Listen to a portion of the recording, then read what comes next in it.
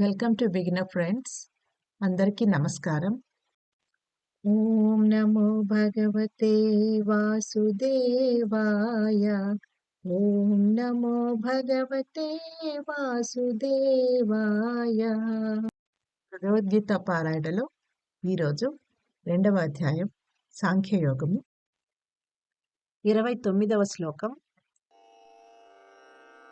ఆశ్చర్యవత్ పశ్యతి కశ్చిదేన మాశ్చర్యవద్వదతి తథైవ చాన్యః ఆశ్చర్యవచ్చైనమన్యః శృణోతి శ్రుత్వాప్యేనం వేద న చైవ కశ్చిత్.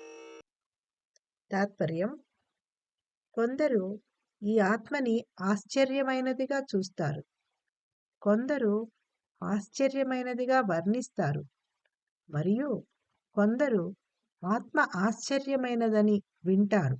మరికొందరు విన్న తరువాత కూడా దీని గురించి ఏమాత్రం అర్థం చేసుకోలేరు. అర్జున, ఇదంతా ఆశ్చర్యంగా ఉంది కదూ. ఈ ఆత్మ ఏమిటి? శరీరం ఏమిటి?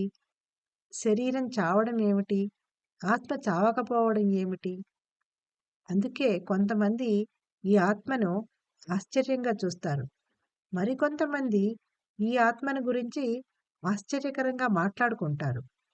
ఇంకా కొంతమంది ఈ ఆత్మ గురించి ఎవరన్నా చెబుతూ ఉంటే వింటూ ఆశ్చర్యపోతుంటారు.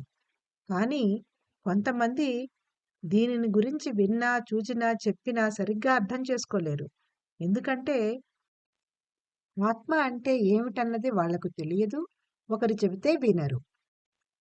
ఆత్మ అనేది అవ్యక్తము, కనపడదు, వినపడదు, తాకబడదు, ఇంద్రియములకు మనసునకు అతీతమైనది, సూక్ష్మమైనది. ఆత్మదర్శనం కావాలంటే ముందు హృదయం నిర్మలంగా ఉండాలి, ఆత్మ గురించి విచారణ చేయాలి. ఇవన్నీ కష్టం కాబట్టి ఆత్మానుభూతిని పొందిన వారు చాలా అరుదుగా ఉంటారు అని అన్నాడు కృష్ణుడు. అందుకే కృష్ణుడు అర్జునుడితో ఇలా అంటున్నాడు: ఓ అర్జున, ఇప్పటిదాకా నేను చెప్పింది నీకు అర్థం కాకపోయినా పెద్దగా ఆశ్చర్యపడవలసిన పని లేదు. ఎందుకంటే ఈ ఆత్మజ్ఞానం అంత సులభంగా పట్టుబడేది కాదు, చాలా క్లిష్టమైనది. ఇప్పటిదాకా ప్రాపంచిక విషయాలలో మునిగి తేలి ఎలాగైనా యుద్ధం చేసి రాజ్యం సంపాదించాలి అని యుద్ధానికి సిద్ధమై ఎదురుగా తన తాతలను, గురువులను చూసి హోరున ఏడుస్తున్న అర్జునుడికి కృష్ణుడు చేస్తున్న తత్వబోధ ఓ పట్టాన అర్థం కాకపోవడంలో కూడా ఆశ్చర్యం ఏమీ లేదు. ఆత్మ గురించి ఎంతమంది ఎన్నిసార్లు చెప్పినా ఎవరికీ అర్థం కాదు. చాలామంది అర్థమైనట్లు భావిస్తారు, అంతా తెలుసు అనుకుంటారు, ఆత్మజ్ఞానం కలిగిందనుకుంటారు.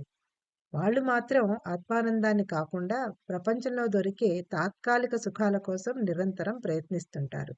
ఇదే ఆశ్చర్యకరమైన విషయం అని కృష్ణుడు అర్జునుడికి చెప్పినట్టుగా ఈ భావ వివరణ.